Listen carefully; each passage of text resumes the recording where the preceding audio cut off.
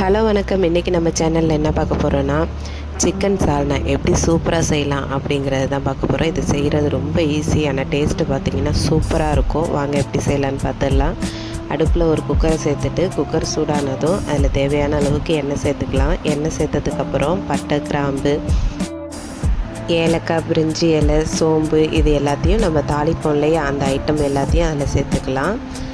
அதெல்லாம் நல்லா பொரிஞ்சு வந்ததுக்கப்புறம் 2-3 பச்சை மிளகாவை இந்த அளவுக்கு கீனி நான் சேர்த்துருக்கேன்.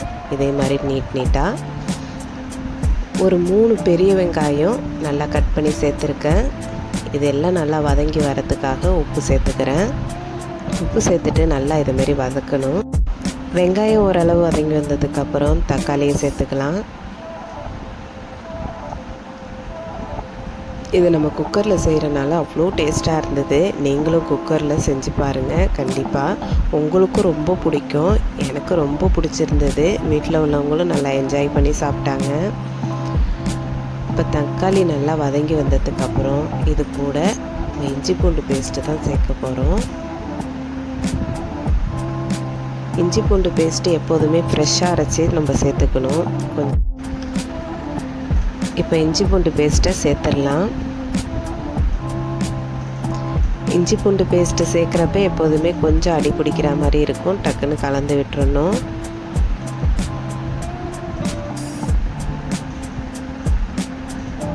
இதோட பச்சை வாடெல்லாம் போனதுக்கப்புறம் மசாலா பார்த்துடலாமா.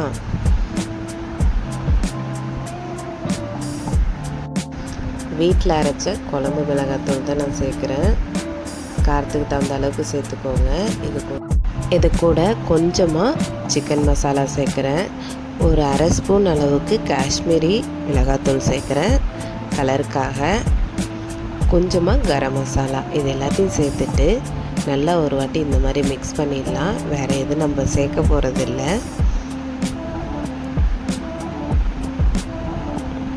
மசாலாவோட பச்சை வாடெல்லாம் நல்லா போனதுக்கப்புறம் இது கூட கழுவி வச்சிருந்த சிக்கனை சேர்த்துக்கலாம். சிக்கனை நல்லா க்ளீன் பண்ணிவிட்டு ஒரு 10 நிமிஷம் இந்த மாதிரி மஞ்சத்தூளும் தயிரும் சேர்த்து நல்லா ஊற வச்சிடணும்.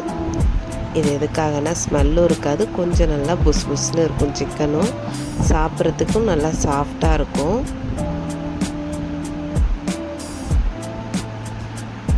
இப்போ எல்லாத்தையும் சேர்த்துட்டு நல்லா இது மாதிரி ஒரு வாட்டி கிண்டி கொடுக்கணும்.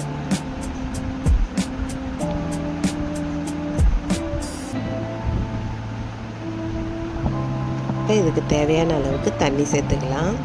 குக்கரில் நம்ம செய்கிறனால தண்ணி கொஞ்சம் கம்மியாகவே சேர்த்துக்கோங்க. ஏன்னா சிக்கனே தண்ணி விடும். அதனால் அதிகமாக சேர்த்துடக்கூடாது.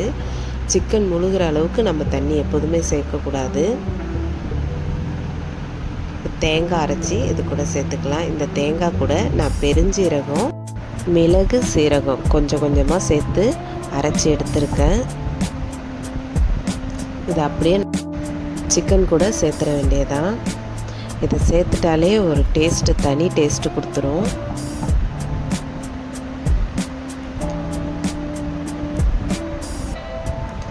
இப்போது இதில் உப்பு காரம் எல்லாமே கரெக்டாக இருக்கான்னு செக் பண்ணிவிட்டு ஒரு 3-4 விசில் வச்சு எடுத்திங்கன்னு வச்சிங்களேன், சூப்பரான சால்னா ரெடி ஆகிடும். இதை சப்பாத்தி, பூரி எல்லாத்துக்குமே அவ்வளோ சூப்பராக இருந்துச்சு. அதுவும் இல்லாமல் புரோட்டாலாம் இருந்தால் சொல்லவே வேணாம். நம்ம ஹோட்டலுக்கு தான் போய் சால்னா வாங்கணும் அப்படிங்கிற அவசியமே இல்லை. அவ்வளோ டேஸ்ட்டான சால்னா நீங்கள் வீட்டிலையே செய்யலாம். இந்த மாதிரி ஒரு வாட்டி ட்ரை பண்ணி பாருங்கள். நல்லா குக்கரை ஓப்பன் பண்ணணும். இந்த பாருங்கள், எண்ணெய்லாம் மிதக்கு சூப்பராக, அவ்வளோ சூப்பராக ரெடியாகி வந்திருந்தது. நல்லா எடுத்து சாப்பிட்டோன்னா அவ்வளோ டேஸ்ட்டாக இருந்துச்சு. நீங்களும் கண்டிப்பாக ட்ரை பண்ணி பாருங்கள். வீடியோ பிடிச்சிருந்ததுன்னா லைக் பண்ணுங்கள், ஷேர் பண்ணுங்கள். மறக்காமல் நம்ம சேனலை சப்ஸ்கிரைப் பண்ணுங்கள். புதுசாக யாராவது வீடியோ பார்த்தீங்கன்னா கண்டிப்பாக நம்ம சேனலை சப்ஸ்கிரைப் பண்ணுங்கள். டெய்லி ஒரு வீடியோஸ் இதை மாதிரி நம்ம சேனலில் வரும். சப்போர்ட் பண்ணுங்கள். அவ்வளோதான் ஃப்ரெண்ட்ஸ், இன்னொரு வீடியோவில் பார்க்கலாம். தேங்க்யூ.